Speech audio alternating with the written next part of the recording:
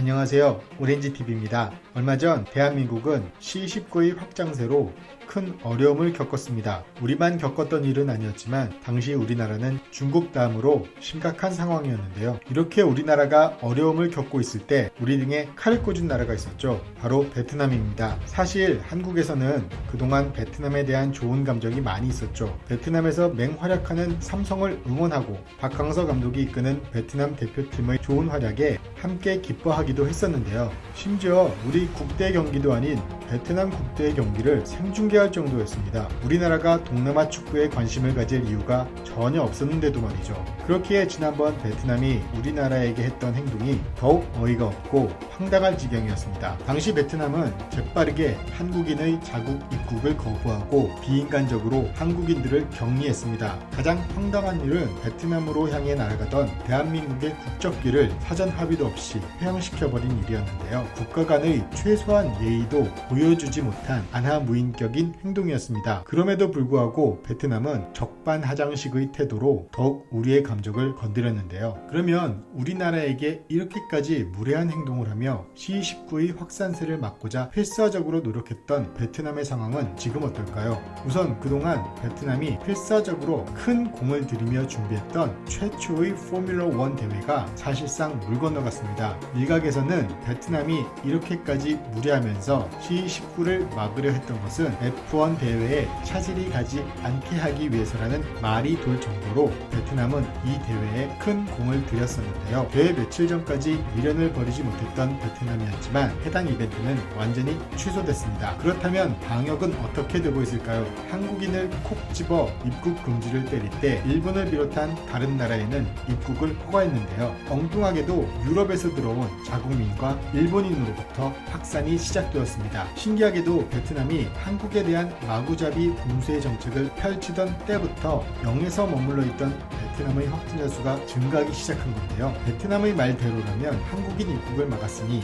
확진자 수가 늘어날 수가 없는데 어떻게 된 것일까요? 바로 유럽을 통해 베트남으로 귀국한 젊은 여성 2명에 의해 그 수가 증가하기 시작했던 겁니다. 이 두 여성은 공교롭게도 베트남과 일본 국적의 여성들이었습니다. 한국을 막으면 될 줄 알았는데 결국 엉뚱한 곳에서 방역이 뚫려버린 건데요. 이러한 와중에도 베트남은 한국의 진단키트 성능을 폄하하거나 방역 협력과 같은 문제에서 여전히 우리나라를 적대시하는 태도를 버리지 않고 있습니다. 일본에 대한 행동과는 완전히 다르게 말이죠. 이 와중에 최근 베트남 경제 전반에 대한 소식이 들려왔는데요. C19 사태가 계속 지속될 시 베트남 기업의 절반이 6개월 안에 파산할 것이라는 이야기입니다. 베트남 상공인연합회가 지난 3월 말부터 이달 초까지 회원사들을 대상으로 설문조사를 했는데 전체 기업의 30%가량은 3개월을 버티기 어려운 것으로 대답을 했다고 합니다. 특히 전체의 50%는 6개월 안에 파산할 우려가 있는 것으로 응답했다고 하네요. 이미 올해 들어 지난달까지 3만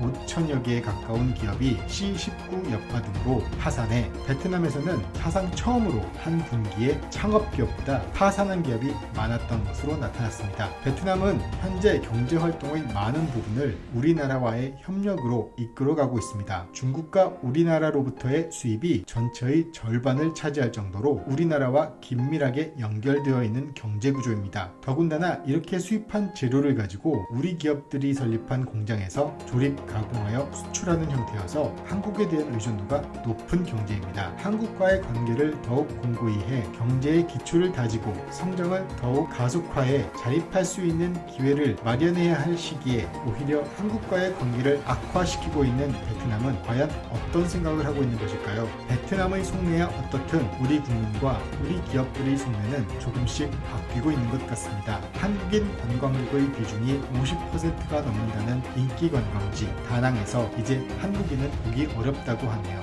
기업들도 마찬가지입니다. 신남방 정책이라는 기치 아래 베트남을 떠나 인근의 다른 국가들로 투자처를 확대하려 한다는 소식이 조금씩 들려오고 있습니다. 최근 국내 은행들이 아시아 최후의 미개척 시장으로 꼽히는 미얀마 시장 진출을 본격화하고 있다는 이야기인데요. 이미 KB국민은행과 IBK 기업은행은 지난 10일 미얀마 중앙은행으로부터 은행업 예비 인가를 취득했고 KDB 산업은행은 같은 날 지점 설립 설립 인가를 취득했다고 합니다. 미얀마의 월 최저임금은 지난 2018년 기준 약 100달러로 이는 베트남의 임금보다 60% 낮은 수준이라고 합니다. 이에 우리나라 기업들의 미얀마 진출도 본격화해 이미 300여 개 한국 기업들이 진출해 있고 수도인 양곤 인근에 약 300개의 기업이 입주 가능한 한 미얀마 경제협력 산업공단을 신규 조성하고 있다고 합니다. 또한 KB 국민은행은 신남방 국가금융사업